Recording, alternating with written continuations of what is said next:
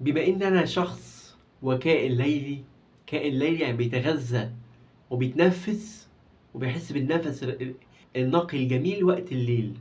الليل بالنسبة لي مكان او زمان للابداع. الزمن بتاع الليل ده اللي هو انا دلوقتي بصور الساعة دلوقتي حوالي 4، عندي 4 الفجر، الفجر هيدن عليا وقت تصوير الفيديو ده الفجر.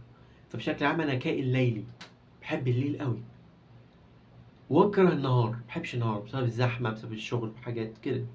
لكن بالليل هو المنفذ الوحيد والمتنفس الوحيد ليا، والليل يعتبر منفذ ومتنفس المبدعين.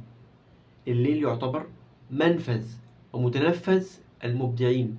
اغلب المبدعين بتلاقيهم سهيرة، سهيرين او سهيرة.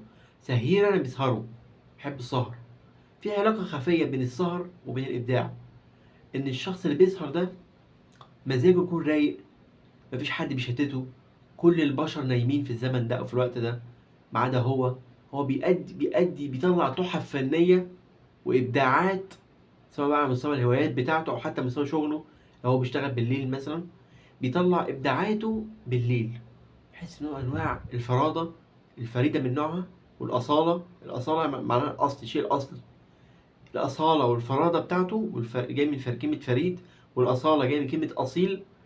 الشيء الاصلي والاصيل والفريد من نوعه والفرادة بتظهر كلها. الحاجات دي كلها بتظهر وقت السحر، اللي بيسموه وقت الليل يعني مع صح. ومفيش أجمل من إنك أنت تداعب الليل ببعض من هواياتك اللي بتحبها تعملها بالليل.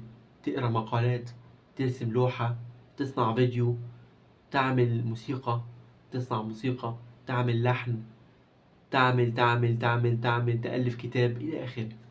ال- ال- الليل مع سماع صوت الموسيقى الهادية مفيش أجمل منه.